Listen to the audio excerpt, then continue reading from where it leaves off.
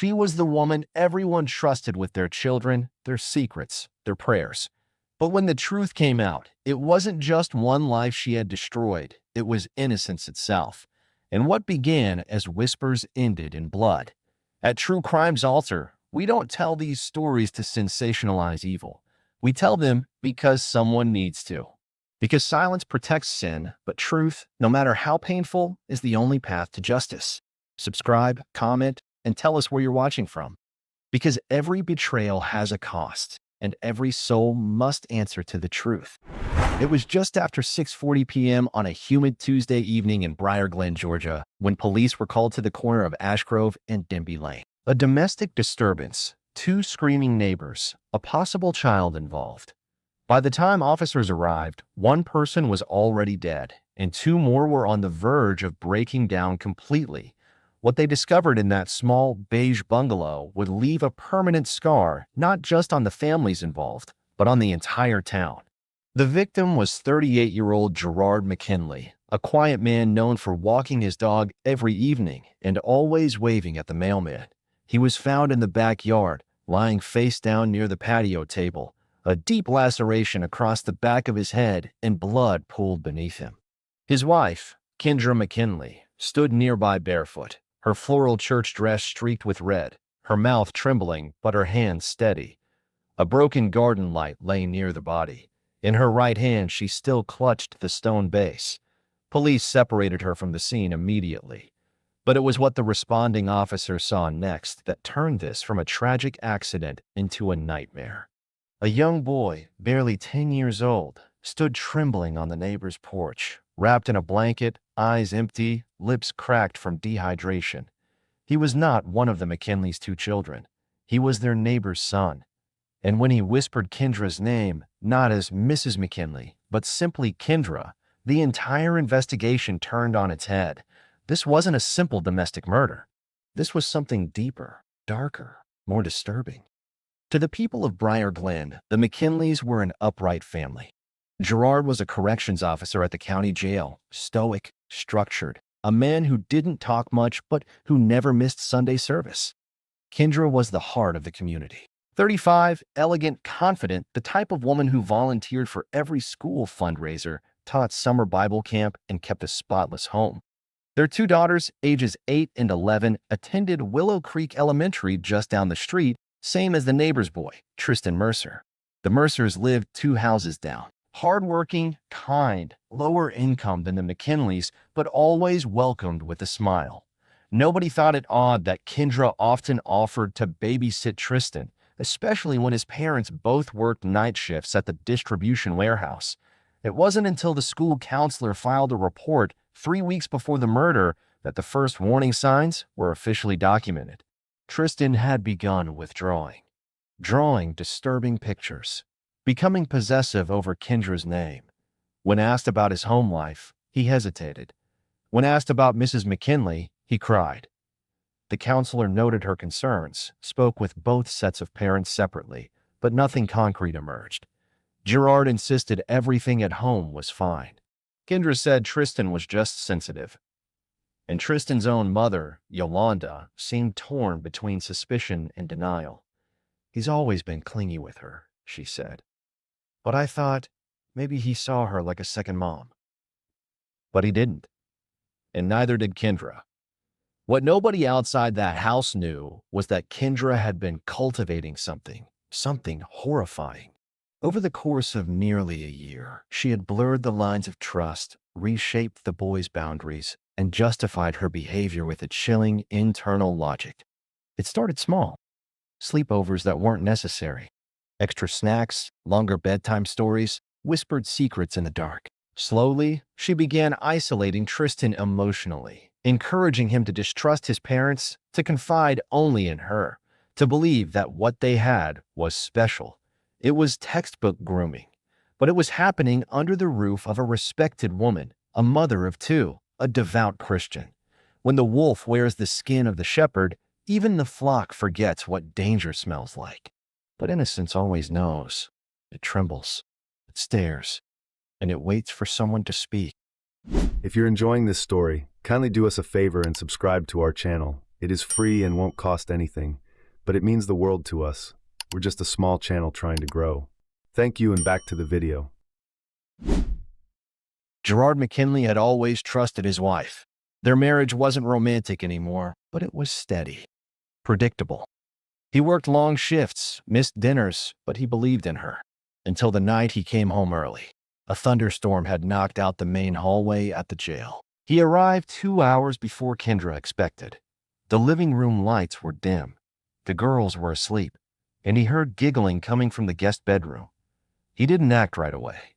He stood in the hallway for a long time, trying to convince himself that what he thought, what he felt, couldn't possibly be true.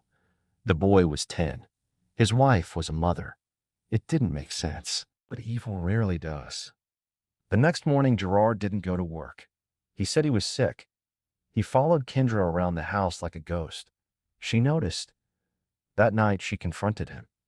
He didn't answer her directly, just stared at her and said, "There's a line, and you know you crossed it."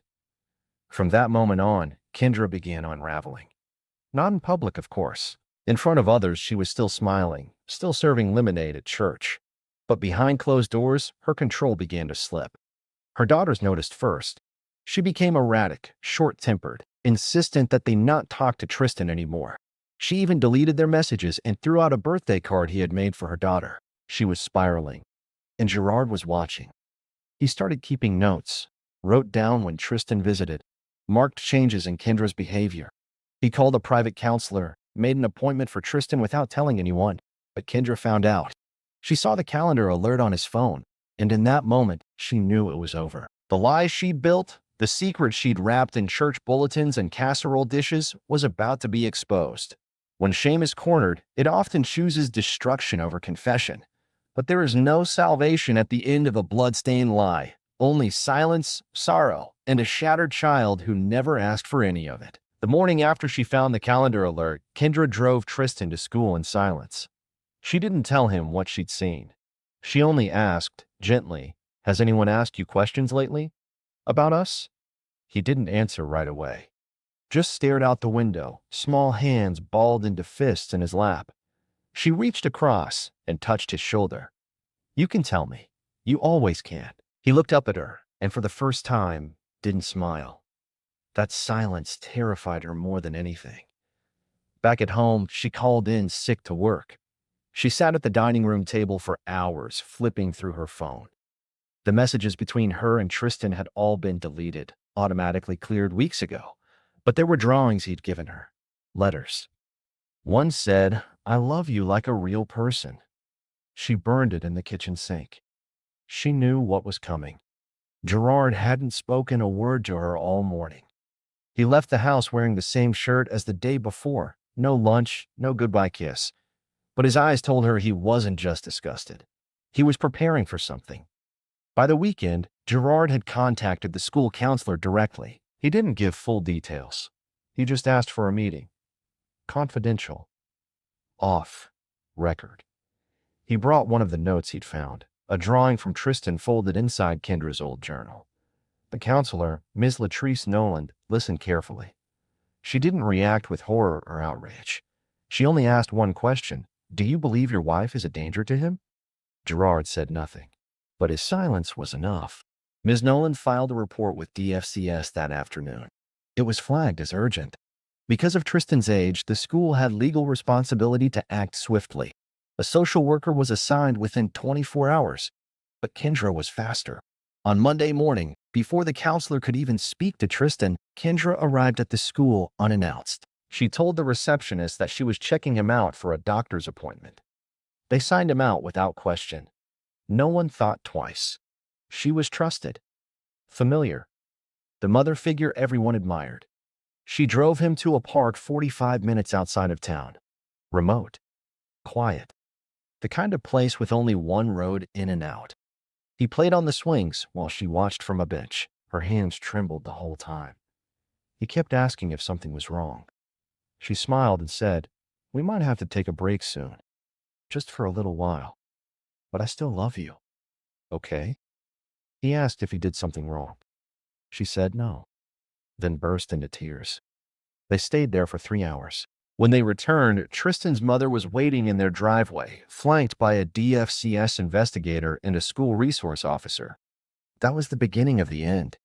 The next 48 hours moved like a tornado. Tristan was removed from both homes pending investigation. He was placed in temporary custody with an aunt in Atlanta. Kendra was not arrested, but she was served a restraining order. Gerard was brought in for a formal interview. He told everything, every suspicion, every discovery, every moment of quiet horror that had passed in that house. He handed over the drawing, the journal, the timeline. Kendra's world collapsed in a matter of days. Her daughters asked why their friend wasn't allowed to come over anymore, why she cried in the laundry room and stayed in bed past noon. At church, the pastor pulled her aside and gently asked if there was anything she needed to confess. She told him no, but the mask was already cracking. That night, she looked through old photos on her phone. Ones with Tristan smiling, ones with her holding his hand. She had framed it all in her mind as affection, specialness, something no one else understood. But now she saw what everyone else would see, a grown woman holding on to a boy who was never meant to carry her shame. Sin thrives in secret, but it cannot survive exposure. When the mirror is held up, even the darkest soul must see the monster staring back. The next morning, Kendra was brought in for questioning. She didn't deny the closeness. She claimed it was emotional support. When asked if anything physical had happened, she became defensive, asked if she needed a lawyer. The session ended early. She left the station without charges, but she wasn't free. Gerard had already filed for full custody of the children. He moved out 2 days later and took them with him. That weekend, the church board announced an emergency meeting. A petition was circulated demanding her removal from the women's ministry leadership. By Tuesday, her photo had been removed from the church website. Kendra stopped leaving the house. She disconnected the landline, pulled the blinds. She walked room to room with no purpose, just trying to stop her mind from playing the same scenes over and over again. Her phone buzzed once, a number she didn't recognize. She didn't answer. A voicemail came through. It was Gerard. One line, "They're interviewing the boy this Friday. It's done." Kendra stared at the ceiling for a long time. Then she opened the closet, took down the heavy box marked Christmas. Inside was an old garden statue, ceramic with a stone base. Heavy, meant for outdoor use. She carried it to the backyard, placed it behind the chairs, sat and waited. Gerard returned home early that evening. His shift had been cut. He pulled into the driveway and noticed the lights were off. The girls weren't there. They were at his sister's. He stepped into the yard and saw her sitting under the porch light. She smiled. He didn't. He asked her what she was doing. She said, "I made dinner." He said nothing. Walked toward the back door. She stood, picked up the base. He turned around just as she raised it. It happened in 3 seconds. Neighbors heard a loud thud, then a scream. Police were called at 6:40 p.m. Kendra was still holding the base when they arrived. She didn't run, didn't cry, just stared at her husband's body on the concrete and whispered, "He was going to destroy everything." When truth threatens the fortress of delusion, the desperate will strike to silence it. But no murder ever buries the truth. It only seals its mouth with blood. The ambulance arrived 7 minutes after the first officer. Gerard McKinley was declared dead at the scene. Blunt force trauma to the back of the skull. The officers noted no signs of struggle, no indications of self-defense, no evidence of an intruder. Just a shattered garden light base and a woman who seemed too calm for what had just happened. Kendra was handcuffed in the backyard. She didn't resist. When asked what happened, she replied, "He was about to ruin my life." That's all she said. That, and it was the only way. Investigators documented the scene thoroughly. The girls were not present, but their school was immediately notified. They were held overnight in protective custody. Tristan Mercer, the child at the center of the case, remained under supervision in Atlanta. When news of the murder reached his family, his mother collapsed in their kitchen. By sunrise, the town was in a frenzy. The church sent out an emergency email asking for prayers and privacy. Rumors spread like wildfire. Some claimed Kendra had been defending herself from an abusive husband. Others said she had been protecting the boy from being exposed. But the real truth, the quiet horror that had been building for months, was confirmed by what the DFCS officer found inside the McKinley house. Hidden in the back of Kendra's dresser drawer was a memory box. Inside were drawings, love notes, a child's handmade bracelet, a USB flash drive. The contents of that drive would form the foundation of the prosecution's case. There were audio recordings. Not graphic, not explicit, but deeply unsettling. Whispered conversations. Kendra's voice coaxing Tristan to say things he didn't fully understand, telling him she loved him more than anyone else, promising that no one would ever separate them. One recording featured her telling him to never talk to the counselor again, and that what we have is our secret. It was manipulation, exploitation, grooming, in its purest and most vile form. The forensic team verified the timeline. Most recordings were from months earlier. Some were more recent, within weeks of the murder. The drive also contained digital photos. Nothing illegal by legal definition, but enough to make the jury flinch. Selfies of her and Tristan together, far too close, her hands always placed too deliberately. There was a pattern, a method. A woman who knew how to groom without leaving bruises. When the district attorney reviewed the evidence, she ordered immediate formal charges: first-degree murder, aggravated child endangerment, tampering with a witness, emotional abuse of a minor. The media picked up the story within 24 hours. It was on local broadcast by that evening. Church volunteer arrested in husband's death, child abuse investigation underway. The word affair was used cautiously, but the subtext was clear. Gerard was buried 6 days later. His daughters attended the funeral with their aunt. Kendra was not allowed to speak to them. She was held without bond, placed in isolation at the county jail. According to the intake officer, she cried once during booking, but only once. The rest of the time, she kept repeating the phrase, "He didn't understand what we had. He didn't understand love." That quote would later appear in 3 different newspaper articles. It would also be the centerpiece of the prosecution's closing argument. The counselor, Ms. Noland, was asked to testify during the pretrial hearing. Her voice shook as she described Tristan's emotional shift. He was a bright boy, friendly. But after a few months, he changed. He became possessive, confused, almost like someone who was trying to be an adult in a child's world. When asked what she would say to Kendra directly, she paused for nearly a minute, then said, "I'd ask her why she didn't just get help, why she didn't tell someone she was broken, why she had to take it out on a child." The psychological evaluation ordered by the court found that Kendra was mentally competent to stand trial. No history of diagnosed mental illness, no signs of psychosis, only narcissistic traits, a need for control, an inflated sense of self-importance, the kind of profile seen in perpetrators who justify their crimes as acts of love rather than violence. She was ruled fully aware of her actions. Tristan, meanwhile, was placed in long-term care. His parents stepped back temporarily, allowing professionals to guide his recovery. In the months that followed, he began speaking again. His new therapist reported slow progress, nightmares, deep confusion, but also signs of resilience. "He's still a child," the therapist said, "and children, if protected and supported, can heal. But he will carry this for life. When innocence is violated, it doesn't shatter loudly. It splinters quietly in the dark. And sometimes, it takes a lifetime to find all the broken pieces." Kendra's trial date was set for late spring, but by the time the first week of jury selection began, she had already become infamous. The town of Briar Glen, once known for its quiet streets and well-kept gardens, was now the subject of viral threads and podcast speculation.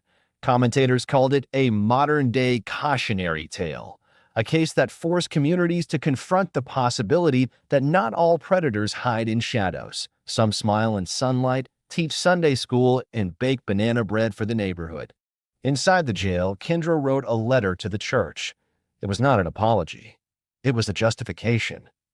In it, she described Tristan as the only person who truly understood her. She claimed Gerard had betrayed her, forced her hand, and that the world would never understand the depth of her love.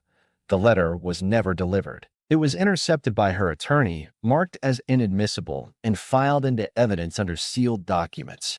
But the investigators read it and wept. Delusion, when dressed in the language of love, is still delusion. No amount of softness can cleanse the stain of exploitation, and no amount of passion makes murder holy.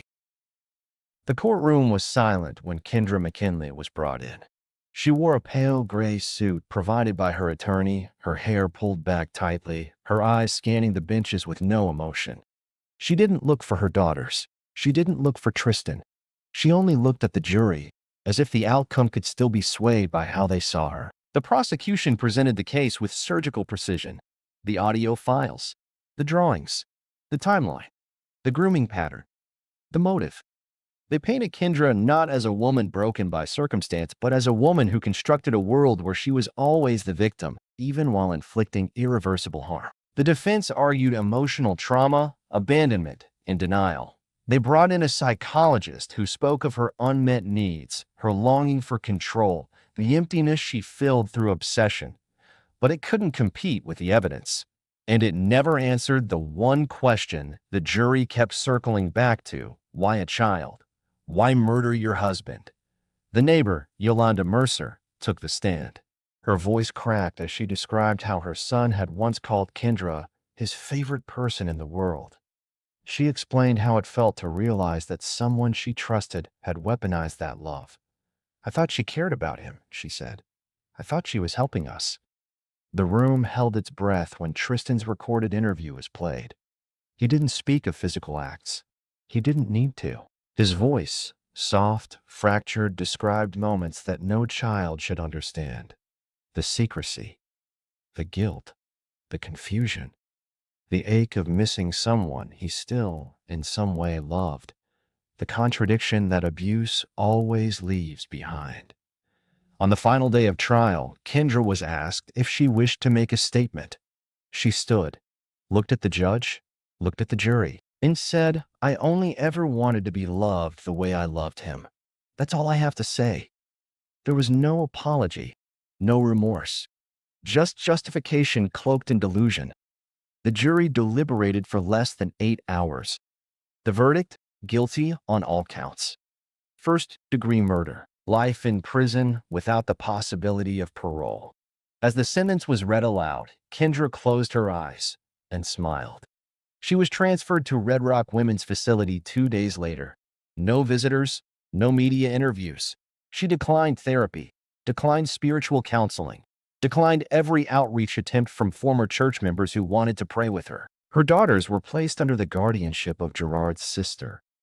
Both changed schools. Both requested to stop using the McKinley surname.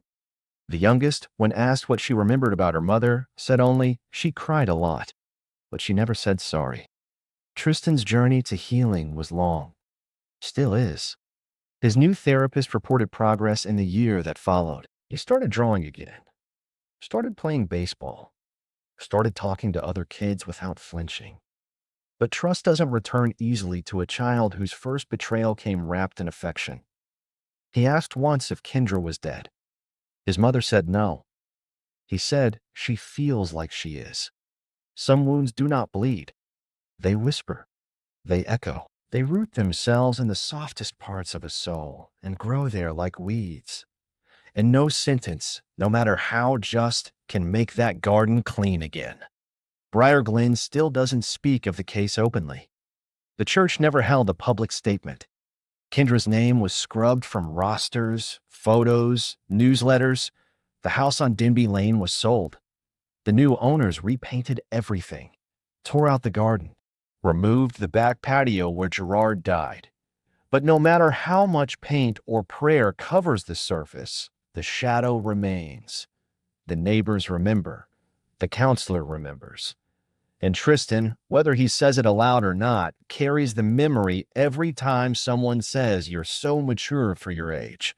There were no appeals filed, no petitions for mercy, only silence. And silence in this story speaks louder than any confession. If you or someone you know is in a situation that feels wrong, if your child is growing distant, confused, or overly attached to an adult, please say something. Don't wait. Don't assume someone else will intervene. Abuse often hides behind the face we trust most. Love does not confuse. Love does not isolate. And love does not need to be kept secret.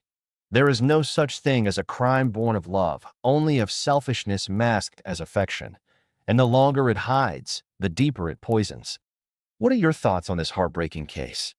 Could this have been prevented if someone had spoken sooner? Share your thoughts in the comments and tell us where you're watching from. Don't forget to subscribe to True Crimes Alter for more real crime stories that dig beneath the surface. Because every betrayal has a cost, and every soul must answer to the truth.